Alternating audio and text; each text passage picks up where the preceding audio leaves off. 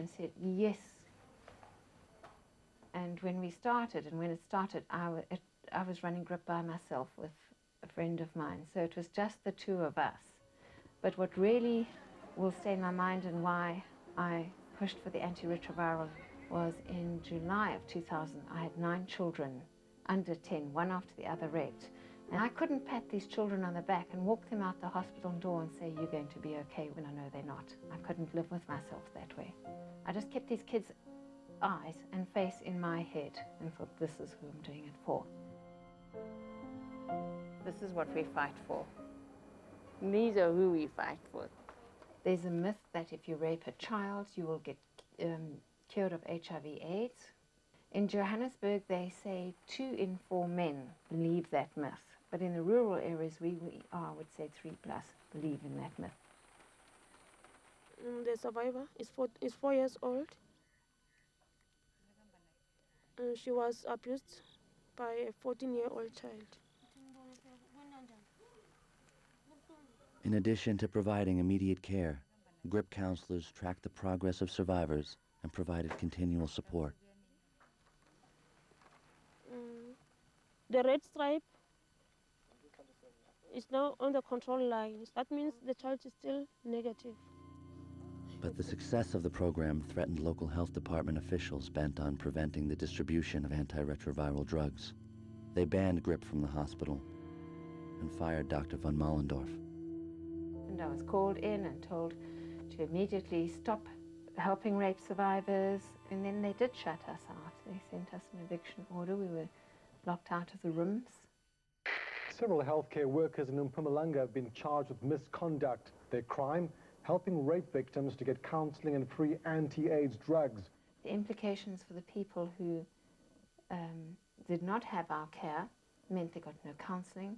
Their rights were not adhered to. The system is adding to their murder or attempted murder.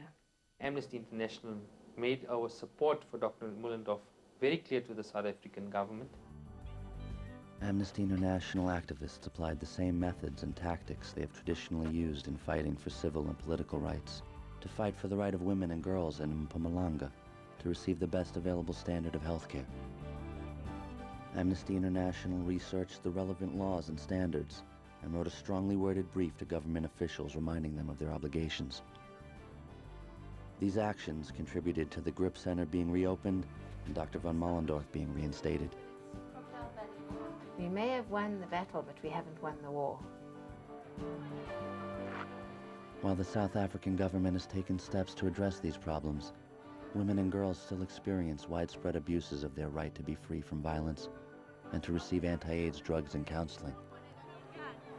That's what angered me right at the beginning. Why was it right for myself or my daughter to be able to get antiretrovirals because I could pay for it or my medical aid would pay for it? Why wasn't it a rape survivor who only, if she works, probably earns $100 a month? How on earth can she afford a $400 medicine? And why should she be denied it purely because she couldn't afford it? So there's still a lot of economic discrimination happening, and if Amnesty International can help us with this. Why are 600 people a day dying? They have political and civil rights. So why are they dying? Because they don't have economic, social, and cultural rights. Amnesty International is going to be judged in future by our response to the AIDS pandemic now. What is our scorecard going to show? 600 deaths a day? Or are we going to be able to say in the next generation that this is what Amnesty International stood for and this is what we've achieved? As Amnesty International begins campaigning for economic, social, and cultural rights, it'll be looking to develop partnerships with groups already working in these areas. There are many, many groups, large and small, who are working on economic, social, and cultural rights, who've been doing that for a long time.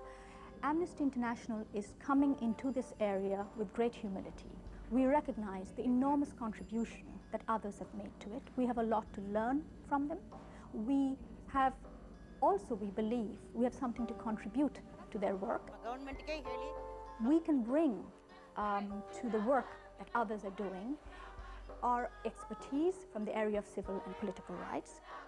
We will bring to the table also our campaigning expertise, and together with others, I'm sure we will make a difference. Violations of economic, social, and cultural rights are by no means limited solely to the developing world.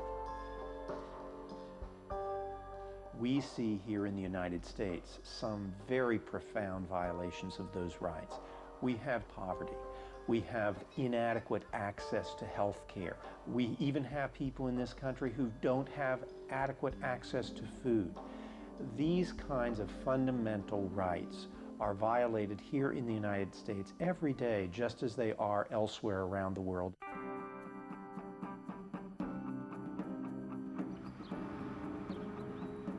The Kensington Welfare Rights Union is at the forefront of the struggle to secure economic and social rights in the United States.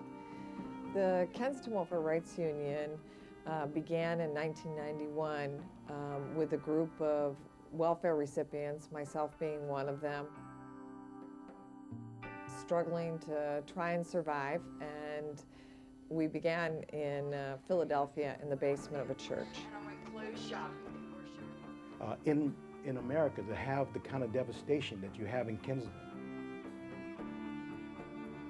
where you have a community that has only two sources of income, one public relief and the other is the drug economy. And you see the dilapidated housing that has taken place. And this is not just in Kensington, it's throughout the whole country. From the Kensington Welfare Rights Union, have I met you? When you are sitting in your rat-infested apartment with your children and there's nothing in the cupboards for you to be able to eat, and you look out your window and you see a group of people marching and speaking out. Stop killing us! Stop the kids!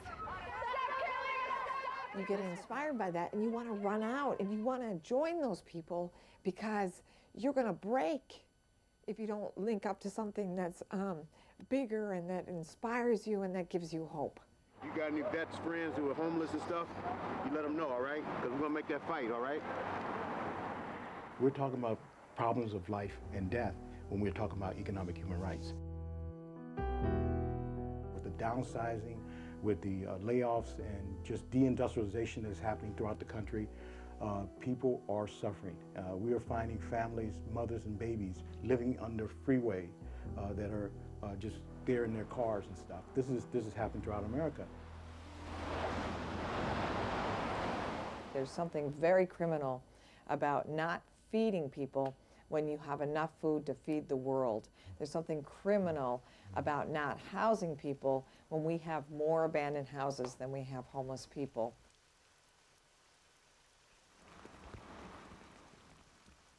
The American people right now has been conditioned to be asleep around these issues. It's like a sleeping giant, and we got to wake up that giant. And to wake up that giant, you got to do dramatic things. And so we do things like move families into empty public housing that is just sitting there, so as to bring attention to the issue. We are willing to go to jail over and over again to ensure that the next generation in this country is able to go forward and not have to live in the kind of deprivation, in the kind of lives without basic dignity.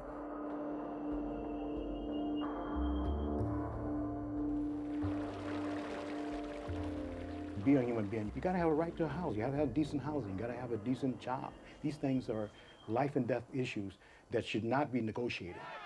Let's not play back. And this notion of rights is very, very much part of the character of the American people. And throughout history, you'll see that when people begin to rise up, to build social movements around critical issues, they've attached this notion of rights. What do we want? Health care. What do we want? Now. If somebody dies in our country because they didn't have health care, when we have all the wonderful hospitals and medicine, they need to see that as a crime and as a human rights violation.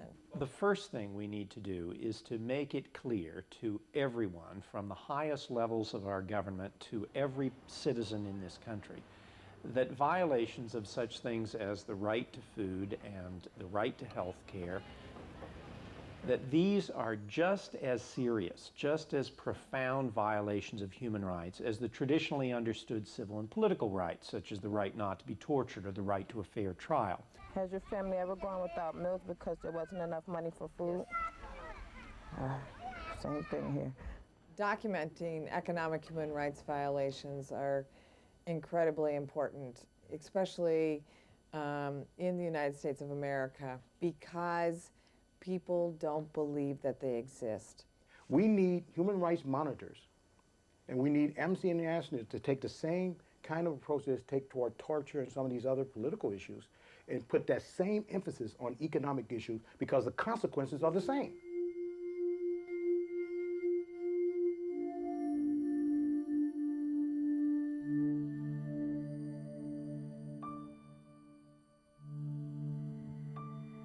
We have a crisis in economic, social, and cultural rights worldwide.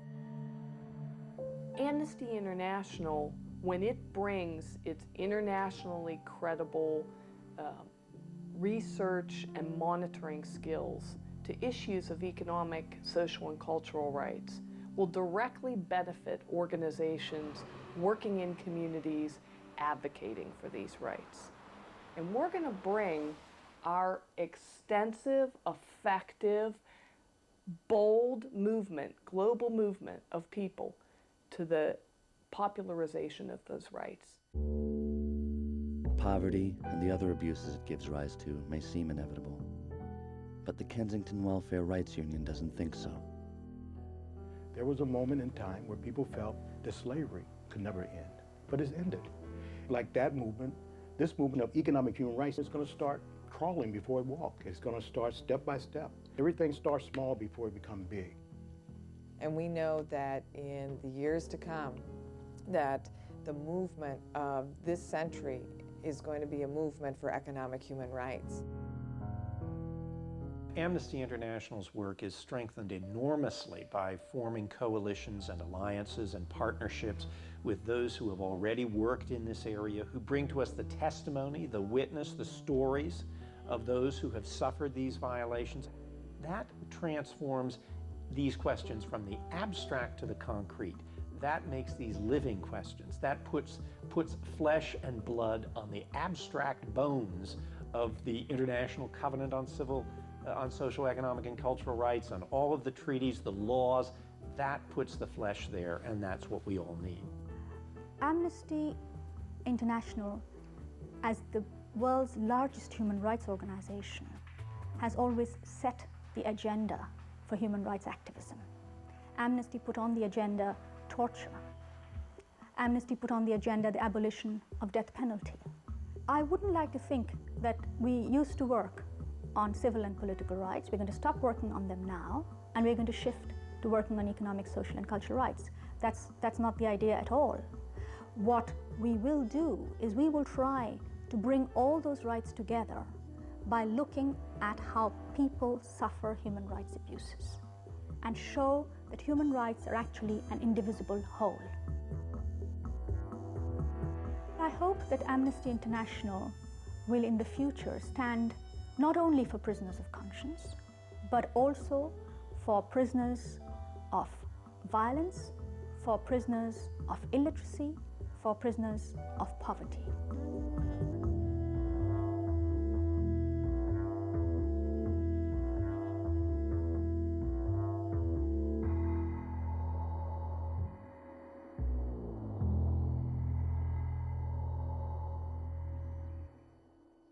For more information, go to www.amnestyusa.org.